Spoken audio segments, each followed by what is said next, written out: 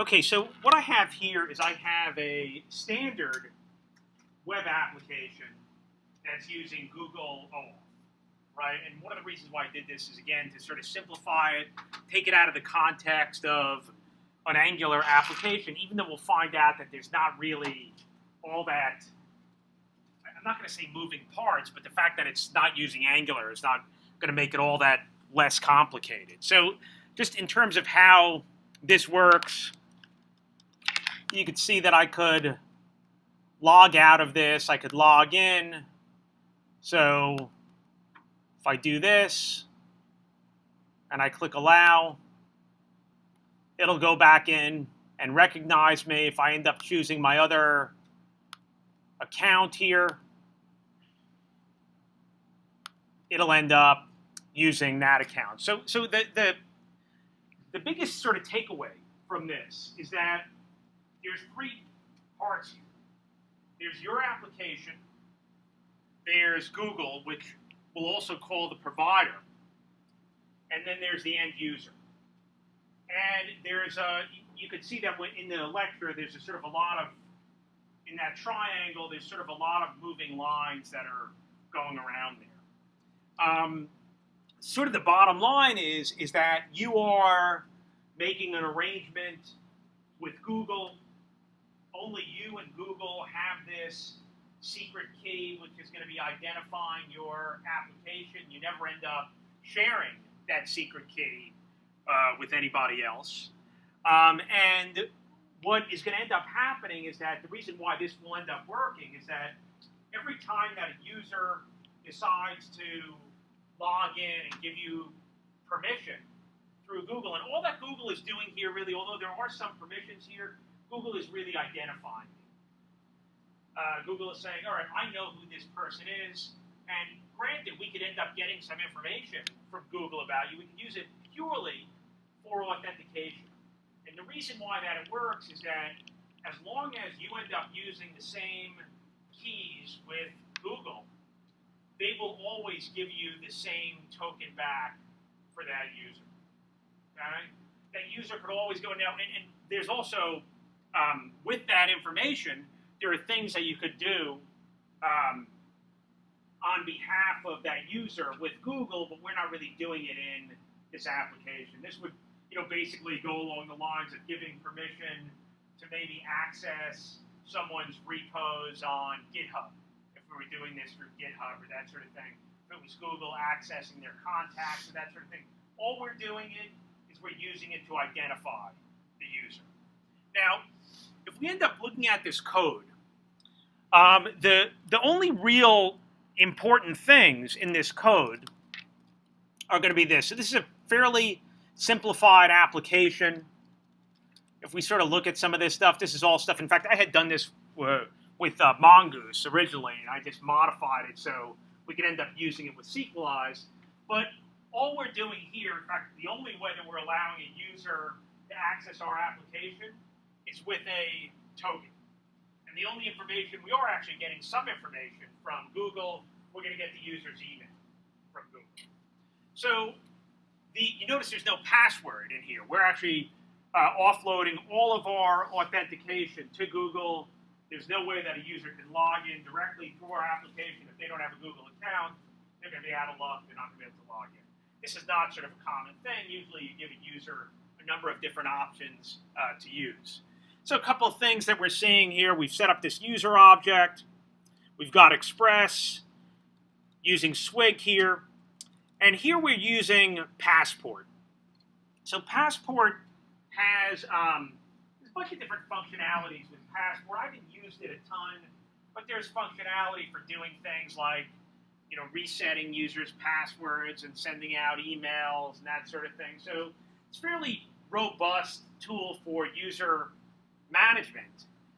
But there's also other modules that work alongside Passport, okay, that will end up doing OAuth.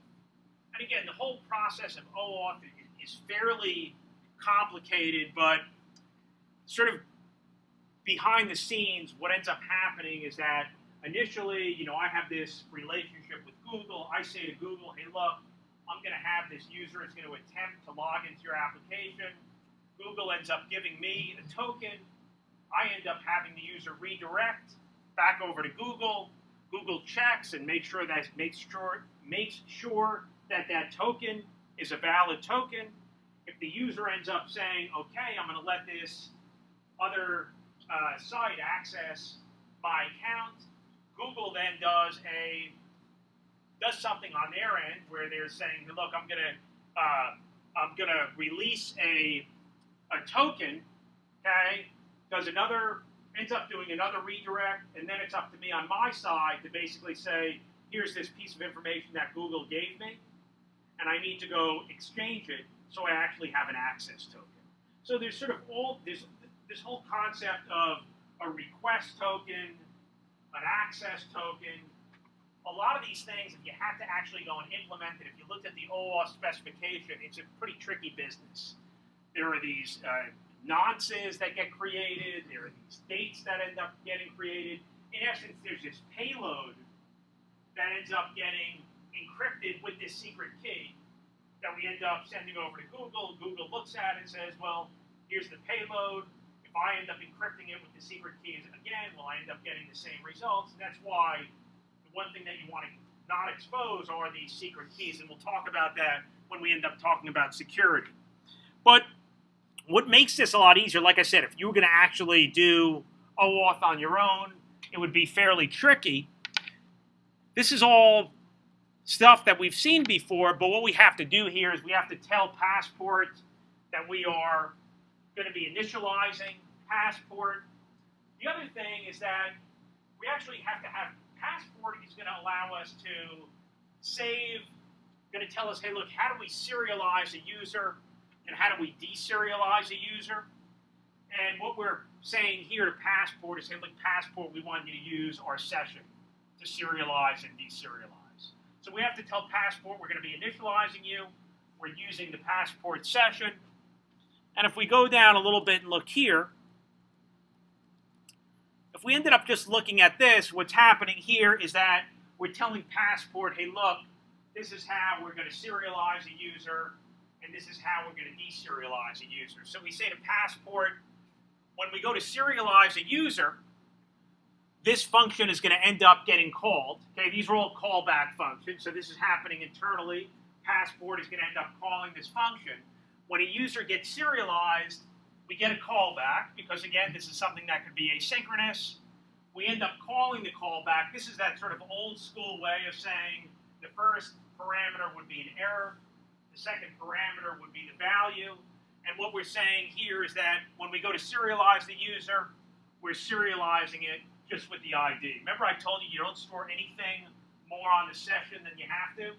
So the only thing that's being stored here is going to be the ID of the user. In fact, when I was doing this before, this was breaking when I converted it from Mongoose, because Mongoose doesn't have a .id. Mongoose uses an underscore ID. And it was breaking. It was saying, hey, look, I got no real way of serializing this if the information that I'm getting to serialize it is going to be this undefined value.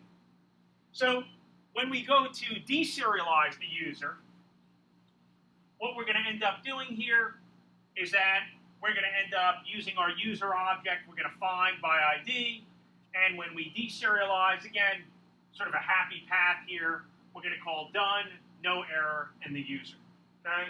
So Passport is actually using your session to serialize and deserialize the user. Now the question is, how do we end up getting the user here? Well, there's some information that we have to use in order to use OAuth. Okay? There's 3 pieces of information that we need. And those 3 pieces of information are, and if you signed in to Google and you set up an application, when you end up creating an application on Google, there are 3 things that you need to put in there. One of them is your client ID. And this is something that's public. This is something I could have put in the code probably. All right? The secret, and this is something that for sure you don't want to have in the code. We'll find out when we end up going and looking at security. This is one of the things that's a problem with the author application in its current state is all that stuff is totally exposed in your application. The other thing is what the callback is for your URL. Google wants you to register that, so when you say, hey, look, after you end up having the user authenticate, go back to this page, it wants to make sure no one else is using this. It's going to make it a little bit more difficult for them to use. Now, what I ended up doing here is that, and by the way, this is sort of a hint as to what you'll be doing when you end up securing your application. What I have here is that I'm saying, hey, look, if you want to get my configuration values, just get it from environment variables, okay? So one of the things that you don't want to do is you don't want to store important secrets in your code base. Okay? Even if you have a private GitHub account, GitHub can end up getting hacked. So whenever you have information that's that you don't want to expose, you always make sure that you put it in environment variables, okay? And so what I'm doing here is I'm saying, hey, look, my config object is my environment variables, but when I'm in development, I don't necessarily want to have to set up those environment variables. So what I have, this is something that you might not have even been aware of, if you require a JSON file, you can basically just access the properties of that file, okay? Now, you can see that I have my config JSON file here, and I could go and I could open up that file, but then that file is going to be on this video, and you'll see my ID, and you'll end up seeing my secret.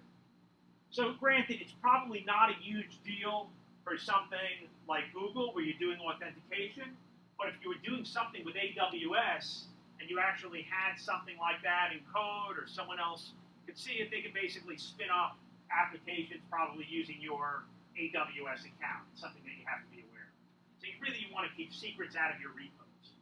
What is AWS? Amazon Web Services. Like Heroku. Okay? So, and there have been situations with students that have put stuff like that in there, and there are crawlers that go around and intentionally look for these secrets and end up exposing them, and people can basically set up an account and store all kinds of stuff, online. Not a pleasant thing, and then you end up getting a big bill. You want to try to avoid that.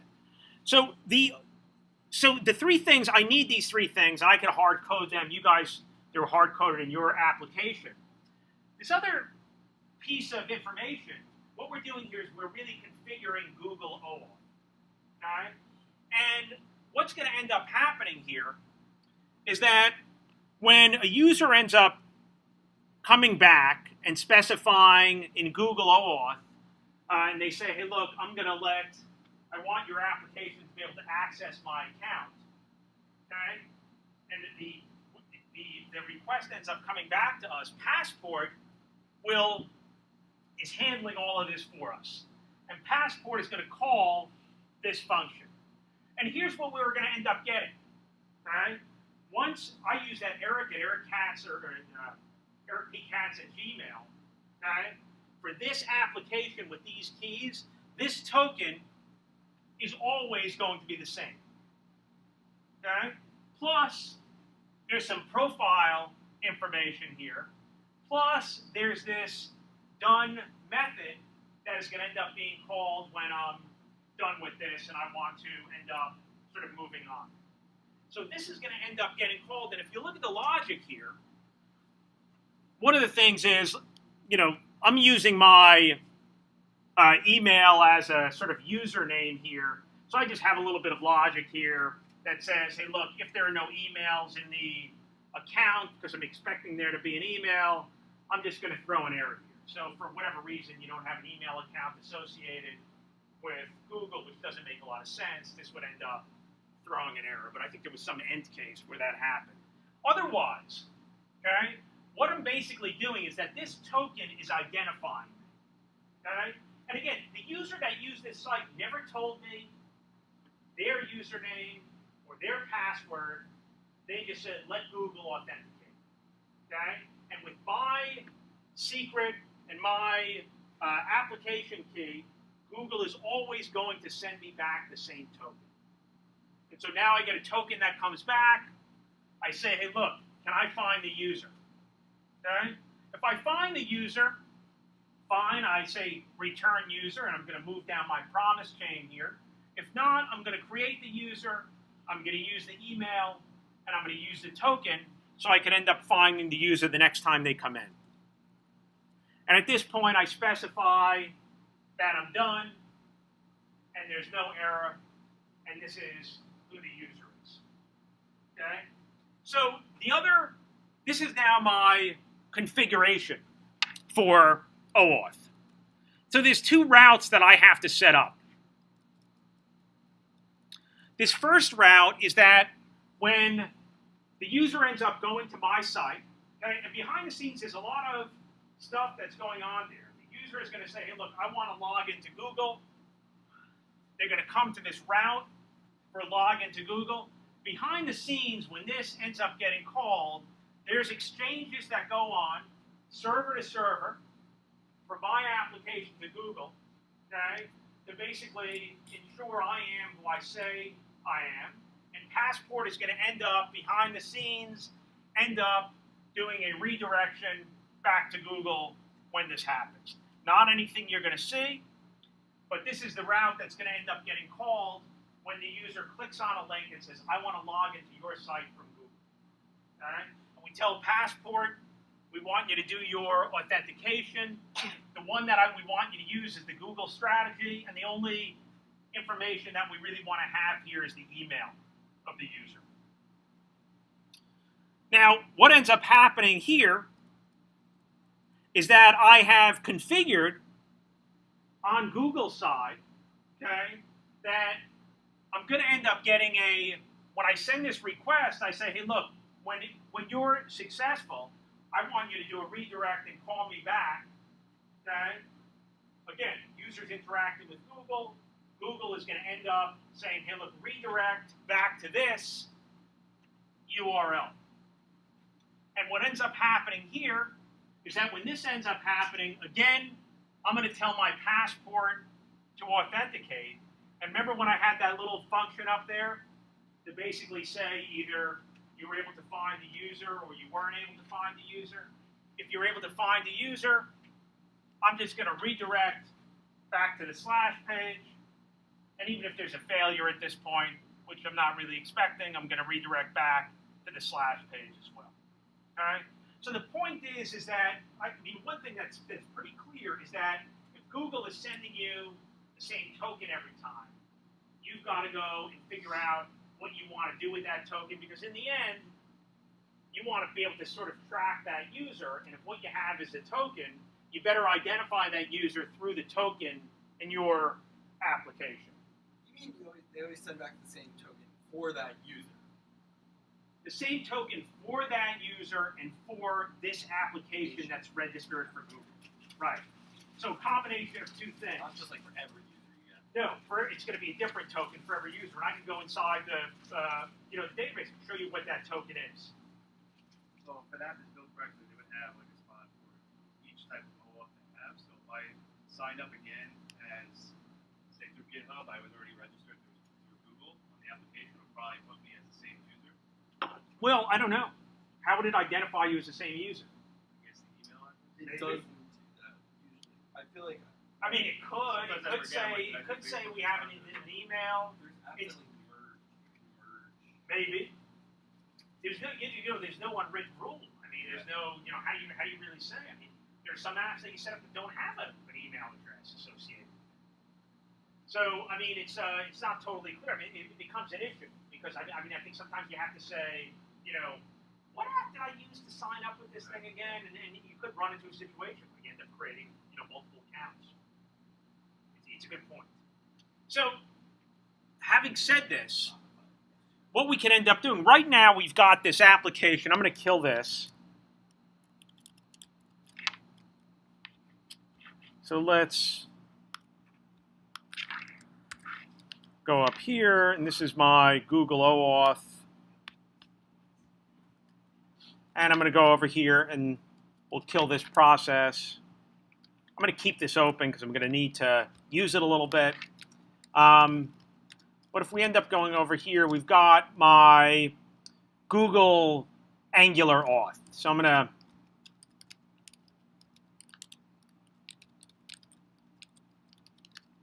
cd into this, and I'll say npm run start dev. And let me actually make sure that I do an npm install because I ended up cloning this. So right now, this is exactly where we ended up leaving off last time. And we're going to want to now use Passport to allow the user to log in through Google. And in fact, we'll let them log in either way, whether through Google or whether through this application.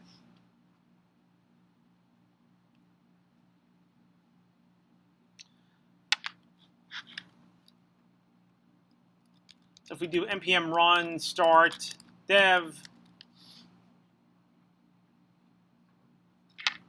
and I go up over here, so now this should be my Angular application. If you remember, right, Mofu gets us in here, and we could log out and log in through Larry and Bar. So how are we going to end up setting this up so that we can have another link here? Let's kill this over here. And let's open this up and start configuring it.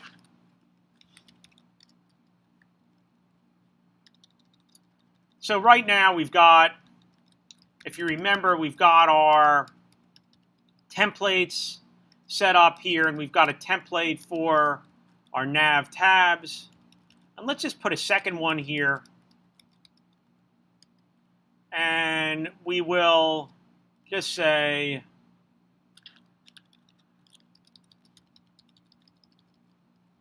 we'll just give this a regular href. And this will be login Google, and we'll say login through Google.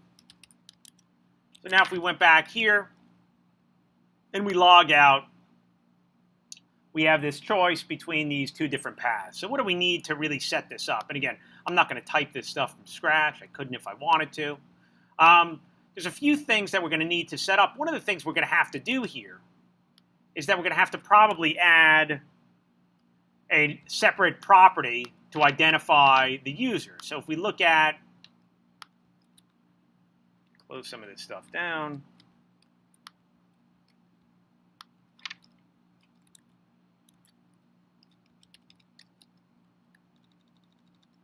So if we end up looking at this, and again, this is all in one folder here. Let's go in and add another property here.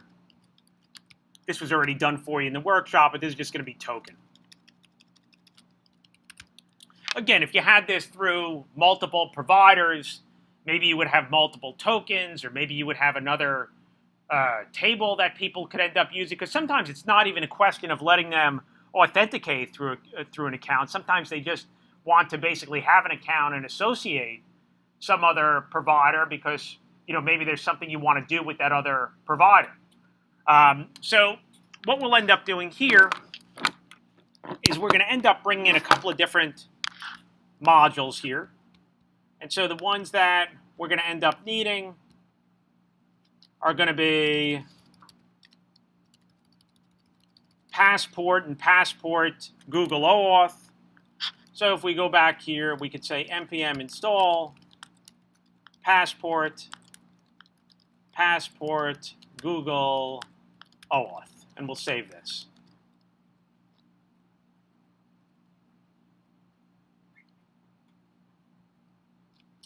Now, at this point, we could start thinking about what we need to do to go and set this up. So if we are using Passport, we've got to require Passport. Another thing that we need to do is that we have to initialize it and set up the session for it.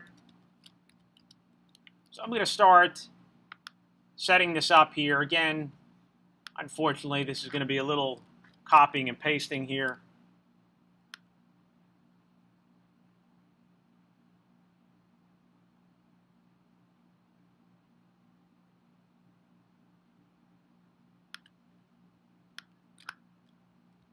Sorry, I just want to make sure I don't have more than one of these open. Okay, so if I'm here on my Google OAuth, I want to bring in passport and require the strategy.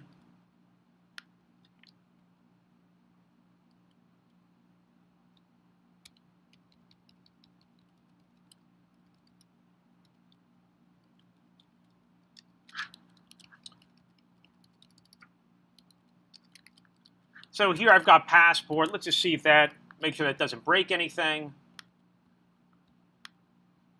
All right, so that still looks pretty good, right? Because we did an npm install of that. And now the other thing that I want to do here is I want to go and I want to grab these two things.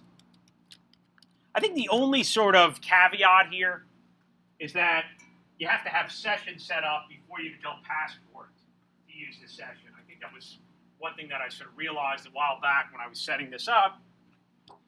And so at this point, our session software is set up already for us, our middleware, and we could end up doing this. And again, this shouldn't end up breaking anything.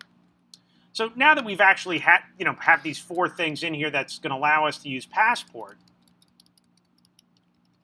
we've got to have these methods which are going to serialize and deserialize the user. And this is really exactly the same as we have now, right? We could leave these out for a second. I'll add them in later on, and you'll see where we end up getting an error with this. But for sure, we're going to need to have some environment variables here. And I'm going to go over here and bring in, copy this stuff, and we could look at it again too. And I'll go back here into my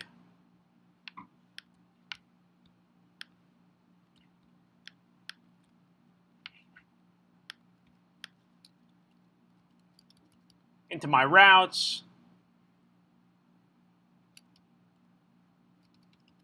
Again, probably would make some sense separating this stuff out. But if we look at this, we could see that I'm going to have a config.json file, which I'll copy in here. That's got my client. It's got my secret. And let's actually go and grab these routes over here. There's two routes that we need. We're going to need this route. Both of these are relatively short. I'm going to put them right underneath this.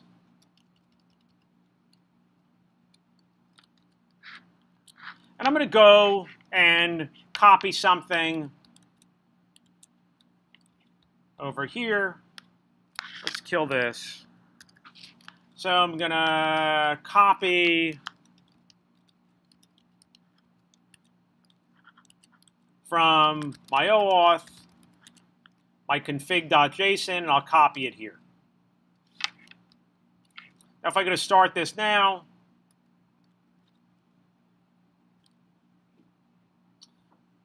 it's going to also, so it's giving me an error. One of the things that I need to do here is also specify, remember I have this other option that I'm looking for here to specify that my node environment, just for development purposes, again, I don't want to have to put in these values into memory in my development environment. I want to put this here. So I'm going to say if my node environment here is development, and I'm going to kill this and rerun it.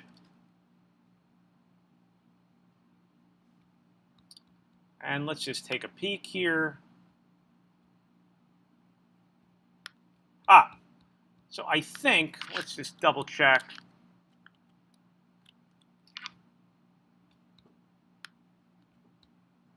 I think I put this in the wrong file. Bear with me.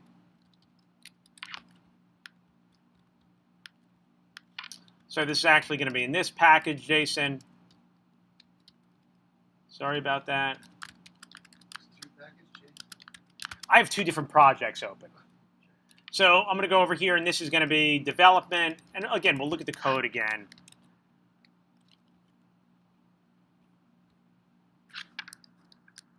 Again, if you end up making a change to your package JSON, you have to rerun it. And at this point, it's finding it. So again, looking at this code, let me actually close this down to stop confusing myself. At least bring it over here. If we end up looking at our code here, we'll see that we've got a couple things that are going on here. So basically, we're setting up Passport. And here I'm actually looking at my environment. In fact, if my node environment is development, I'm using my config JSON file. And this is where it's getting the data for my keys. And also my back URL as well. And again, I've already set this up on Google. That's one of the frustrations. Sometimes you'll set it up. The back URL is not quite right. I seem to have a problem when I was doing localhost. That's why I ended up changing it to 127.0.0.1. And then what, you just like git ignore? Yes, that's exactly right. So there's a git ignore. Let me make sure I do that. So one thing that I probably want to do, if I say git.status, say what?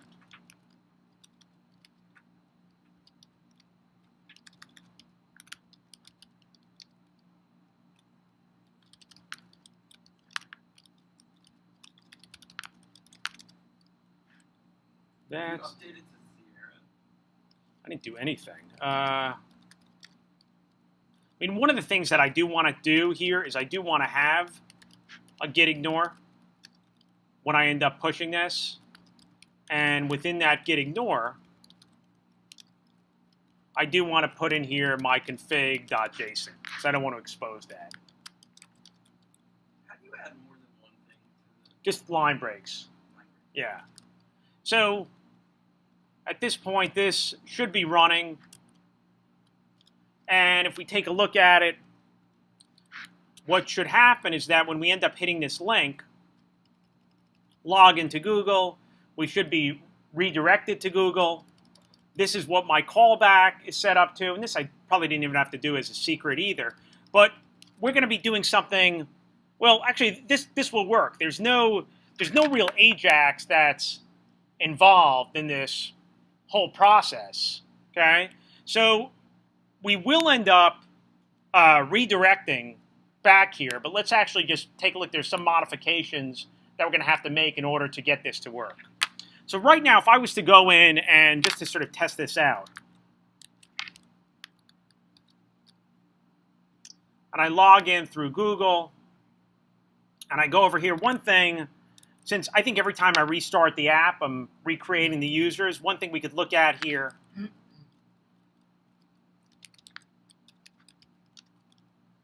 and if I end up connecting, I think this is AuthDB, and I say select star from users, okay? I'll say I only have these two users. Here's that token field that's empty.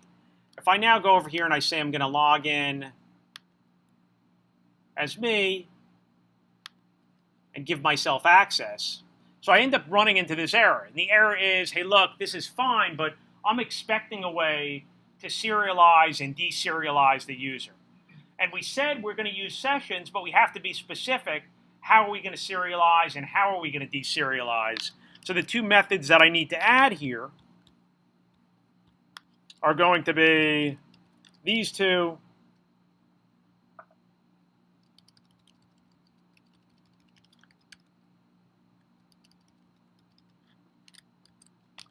And so if I go back over here,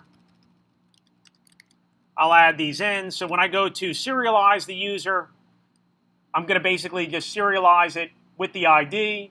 When I go to get the user, and again, I'm not calling any of this directly. Passport is doing this for me, and what Passport is going to do, what it's going to do behind the scenes that we don't have to do, is that it's automatically on the request object going to add a user. In fact, the user that it's going to add on the request object is going to be this particular user. So let's take a look and see how that's going to work. Let's see if this error message goes away. By the way, one thing that should happen here, not yet. Let's see what happens. Let's go back.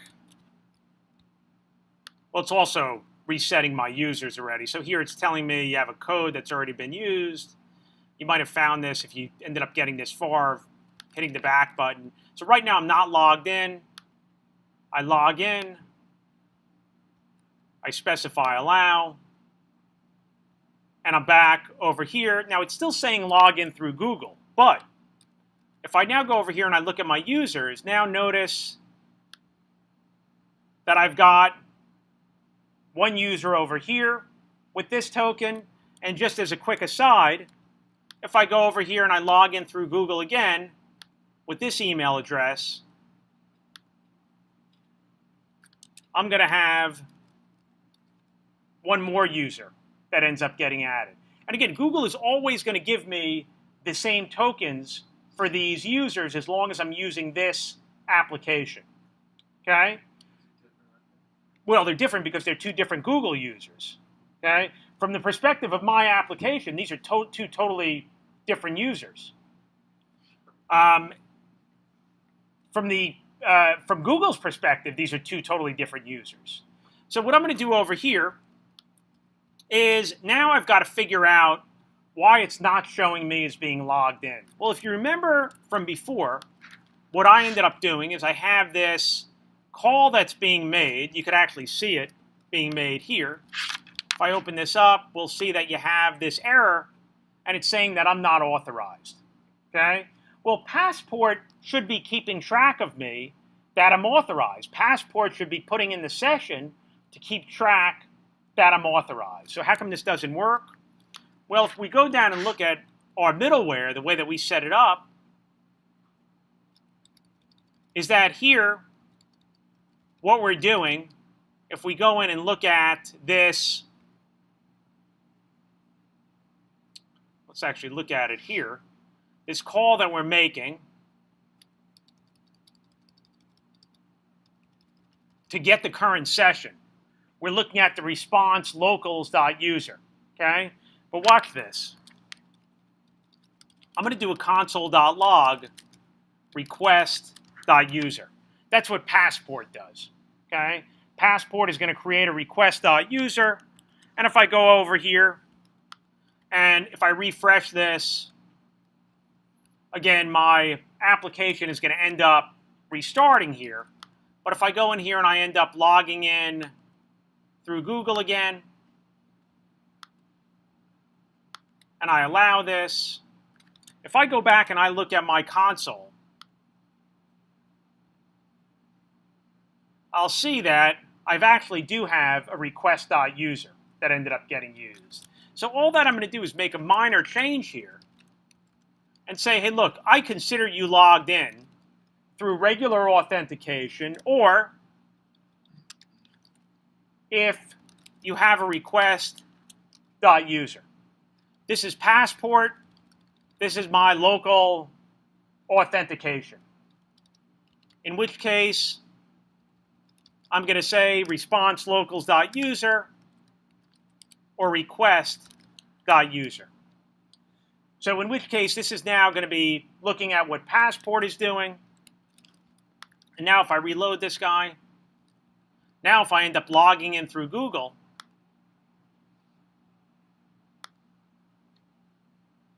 it'll show me as being logged in.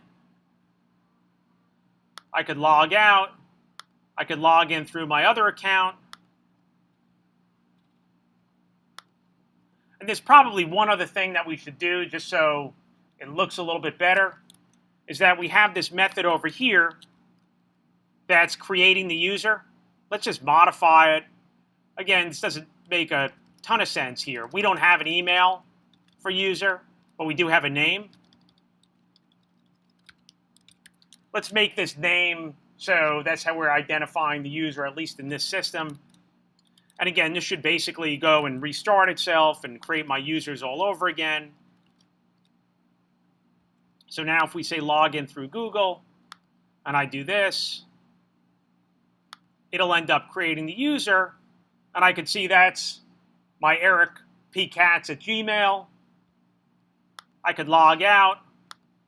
I could log in.